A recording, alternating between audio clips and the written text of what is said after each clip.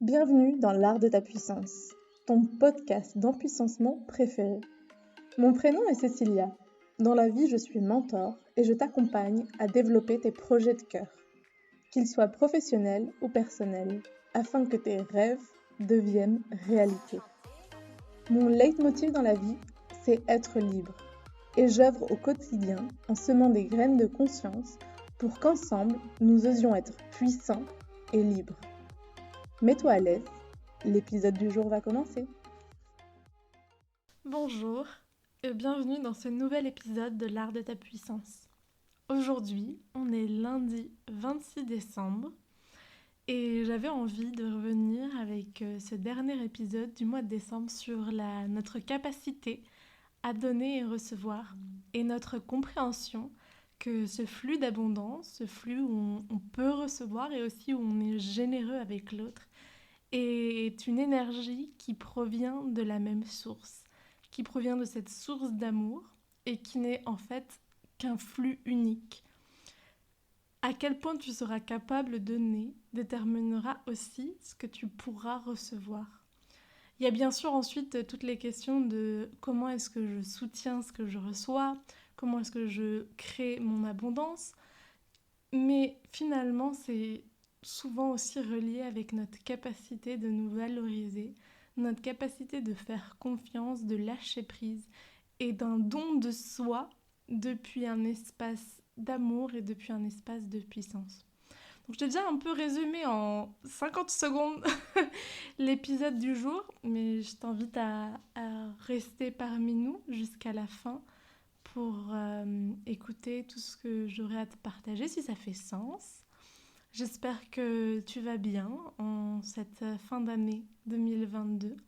J'espère qu'elle aura été à la hauteur de tes envies et que si ce n'est pas le cas, tu sais en retirer les apprentissages depuis cet espace du cœur, depuis cet espace de la confiance et non depuis un espace de victimisation. Et ça n'empêche d'avoir pu être victime dans cette année qui vient de s'écouler. Mais la différence entre la victimisation et être victime, c'est justement la posture que l'on prend. Cette posture où on incarne et où on est conscient que peu importe ce qui nous arrive, ça nous arrive pour nous enseigner quelque chose. Et je ne sais pas ce que tu auras fait ces derniers jours, je ne sais pas où tu auras passé ton réveillon, avec qui, comment, et si c'est un moment pour toi doux et joyeux ou si c'est un moment plutôt sombre et interne, enfin d'un mouvement vers l'intérieur.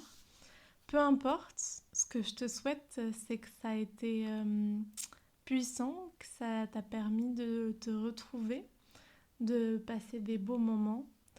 Et je crois que vraiment cette fin d'année est toujours un challenge et un challenge qui nous montre à quel point on est aligné avec nous-mêmes, à quel point on est en train de vivre pleinement nos pulsions, on danse avec la vie, ou alors peut-être quand justement on n'est pas encore en accord avec ce qui fait sens pour nous, cela nous montre les limites de... Pas les limites, mais cela nous montre la cohérence ou l'incohérence avec laquelle on est en train de créer notre réalité. Et j'avais aussi envie de revenir aujourd'hui justement sur cette idée de ce flux d'énergie, ce flux de l'abondance, depuis un point de vue quantique, depuis un point de vue de l'ensemble des possibles, depuis un point de vue où tout est ouvert à nous, où tout est magie et où tout est possible. Il y a une première question que j'aimerais te partager et que je me suis souvent posée à chaque fois que je fais quelque chose pour l'autre, pour une tierce personne. Je me demande depuis quel espace ai-je envie d'offrir mon énergie à cette personne. Parce qu'on se rend compte finalement que donner, c'est quelque chose qui soit nous a été interdit. Non mais tu vas pas donner de l'argent à cette personne dans la rue. et il va l'utiliser pour à s'acheter de l'alcool, par exemple.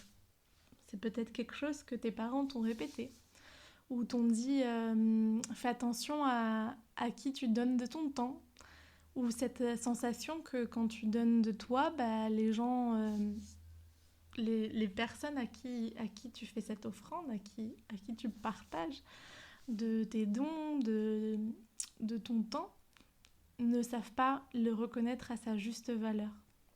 Moi, en tout cas, ça a été mon cas.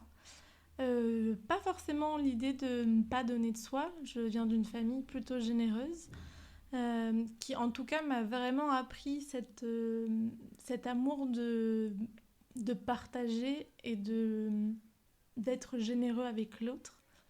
Et en même temps, je viens aussi d'une famille où je sens que parfois, on donne avec cette idée de recevoir derrière, avec cette idée que ça nous permettra d'être reconnus, d'être aimés, et avec cette envie du coup de combler un vide. Et pas de donner depuis cet espace du cœur, depuis cet espace de en fait c'est trop chouette ce que je suis en train de partager avec l'autre. Et je sais que ça a un coût pour moi, et c'est ça l'énergie du donner, c'est reconnaître que le fait de partager de mon temps, de mon argent, de mes compétences avec une personne, une tierce personne, a un coût pour moi. Parce que finalement, c'est de l'énergie que je n'utilise pas pour mon propre projet, c'est de l'argent que je n'utilise pas pour m'offrir quelque chose à moi.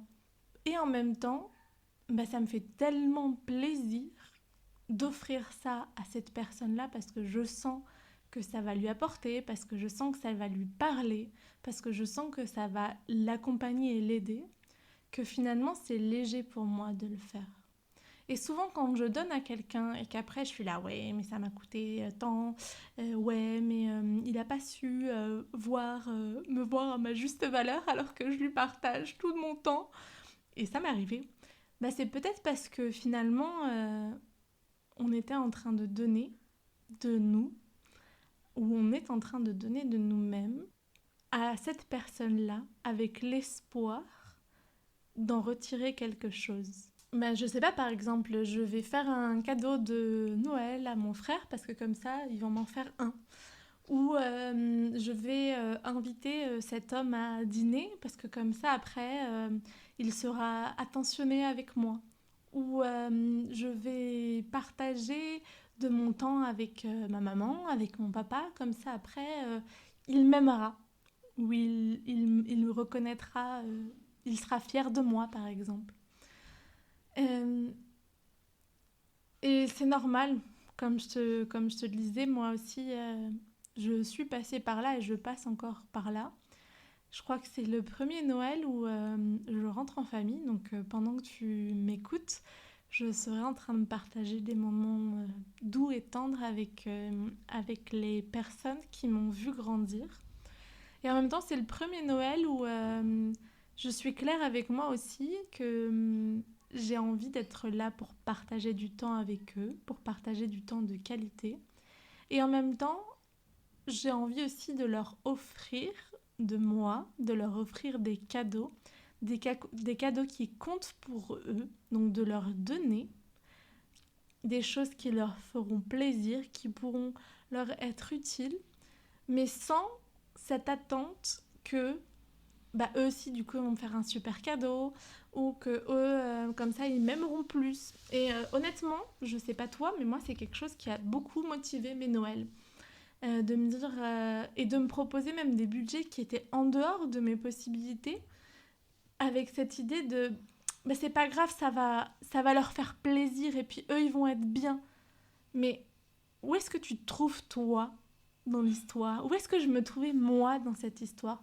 Moi j'étais pas à ma juste place, à ma juste valeur, en connectant avec mon mérite à moi de oui, partager du temps en famille, mais que ma valeur, ma présence, qui j'étais et ce que je pouvais apporter à notre partage valait tout autant que des biens matériels. Donc finalement, je résumerai notre capacité à donner en se connectant à notre valeur propre et en ayant envie d'offrir de qui l'on est à une personne. Et en écoutant cette envie et en y répondant pleinement. On est des êtres sociaux, on est des êtres qui sont faits pour échanger les uns avec les autres. Et notre capacité de donner aux autres, même si parfois elle a été trahie, même si parfois elle a été esquintée, il ne faut pas la perdre. Vraiment pas. Car finalement, plus on est capable de donner de soi, plus on crée de l'espace afin de pouvoir recevoir.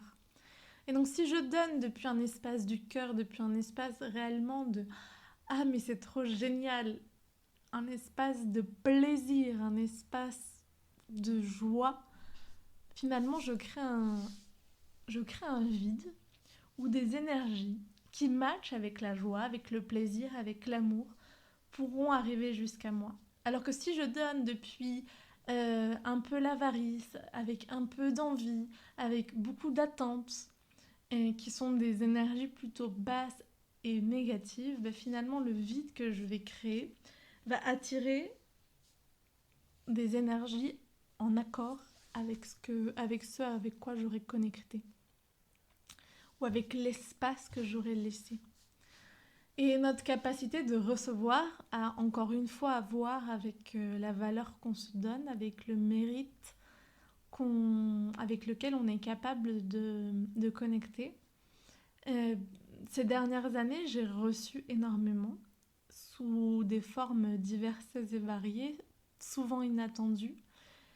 Et je pensais que c'était le plus simple. Je pensais que, honnêtement, recevoir, c'était ce qui allait pour moi être la partie la plus aisée. Je me disais à partir du moment où je serais claire, où j'aurais, par exemple dans mon chemin d'entrepreneuriat, non, où je serais claire, où j'aurais établi des offres, où je donnerai de moi, de mes compétences, de mon expertise à d'autres, bah pour moi, ce sera hyper facile de recevoir. Et en fait, je me suis rendu compte que pendant très longtemps, et même en donnant depuis cet espace d'amour, en donnant depuis cet espace, j'adore partager avec l'autre. Mais dis-toi que pour moi, il a été très dur de mettre des prix justes, des prix à la hauteur de mon mérite, à la hauteur de ce que j'étais en train de partager à l'autre pour moi, pouvoir avoir une vie légère et une vie en harmonie et une vie en abondance. Il n'y a que depuis, je pense, la fin de cet été où j'ai commencé à proposer des prix qui étaient vraiment à la juste valeur de ce que j'offrais. Et jusqu'alors, j'ai travaillé gratuitement ou quasi gratuitement pendant des mois. J'ai créé pour l'autre des espaces de puissance gratuitement jusqu'à il y a plus ou moins 6 mois. Je donnais. Et en même temps, je ne faisais pas d'espace, je ne me connectais pas réellement à mon mérite pour être capable de recevoir à hauteur de ce que je donnais. Alors après, j'ai reçu de plein d'autres manières dans ce parcours, parce que la vie, elle est bien faite. Et pendant qu'on travaille sur quelque chose, dans ce chemin de liberté, pendant qu'on dénoue des nœuds qui sont à l'intérieur de nous, et la vie nous permet de vivre en abondance, quoi qu'il arrive. Seulement, je sais que c'était pas une abondance qui est à la hauteur de l'être qui est incarné. Et c'était pas non plus une abondance qui me permettait de vivre légèrement, qui me permettait de ne pas avoir de faire de Tetris mental, par exemple, ou d'être toujours... non, pas toujours, mais ou d'être parfois dans des situations qui n'étaient pas confortables pour mon corps, pour mes émotions. Et tout ça, pour moi, c'est un apprentissage de OK, où est-ce que je mets ma propre valeur? Comment est-ce que je l'affirme et je la communique aux autres pour être capable de recevoir à mon tour ce que je donne depuis tant d'amour, avec tant d'envie. Et je m'ouvre simplement à me dire OK, parce que je suis capable d'être amour, d'être partage, mais d'être aussi rêve et ambition, je m'ouvre à recevoir l'abondance. Et bien sûr, quand on parle d'abondance, il serait triste de le résumer à une abondance financière. Bien sûr que l'abondance a des teintes et des couleurs très variées. Et en même temps, il serait aussi triste de ne pas reconnaître que dans la société dans laquelle on vit, à moins de vouloir vivre en autarcie et de se détacher du système, l'argent fait partie de notre réalité. Et être capable d'affirmer un prix et une valeur sur ce que l'on partage aux autres est hyper important. Alors bien sûr, ce discours est un peu plus entrepreneurial vis-à-vis d'un prix, parce que c'est un peu la vibe dans laquelle je suis. Et en même temps, je pense que ça peut aussi faire sens pour tout type de projet, qu'il soit personnel, professionnel. C'est quelle est la valeur avec laquelle je connecte afin de recevoir ce que je mérite. Et ma valeur, mon mérite, il n'y a que moi qui peux l'affirmer. Et si je sens que les autres ne me respectent pas, ne me voient pas, ne me reconnaissent pas, est-ce que moi, je suis en train de me reconnaître? Est-ce que moi, je sais m'ouvrir à recevoir des cadeaux tout en étant en gratitude de les recevoir et en me disant « Waouh, c'est génial, c'est exactement ce dont j'avais besoin pour continuer d'évoluer ». Voilà, c'était l'envie, le ressenti, l'inspiration du moment. Je te souhaite une belle fin d'année. J'espère vraiment profondément que tu passeras un moment aligné, un moment en puissance. Et je voulais t'annoncer que le podcast L'Art de ta puissance va faire une petite pause en janvier pour revenir avec la fin de la première saison de ce podcast dès février. Et c'est un choix pour un peu me reposer. J'ai envie de prendre ce mois de janvier pour être la chef d'entreprise à la tête de mon projet. Et pour ça, il faut que je fasse un peu de vide et savoir connecter avec ma valeur et ce flux énergétique du donner et du recevoir passe aujourd'hui pour moi en affirmant un temps de pause d'un mois et puis je reviendrai dès le début du mois de février pour ces petites bulles de puissance. En attendant, je te souhaite une très jolie journée, un très joli mois de décembre et de janvier. N'hésite pas à revenir vers moi, à me partager au moment où tu es en train d'écouter qu'est-ce qui a résonné en toi. Et puis on connecte très vite. Ciao, ciao! Si tu as apprécié ce que tu viens d'écouter et que tu en souhaites plus, je t'invite à te connecter à notre site internet kalunabysessi.com et à télécharger notre e-book gratuit 14 trucs et astuces de l'empuissancement afin de continuer sur ton chemin de conscience. Tu peux aussi nous faire tes retours, commentaires et suggestions sur l'Instagram @kalunabysessi. À très vite pour un nouvel épisode.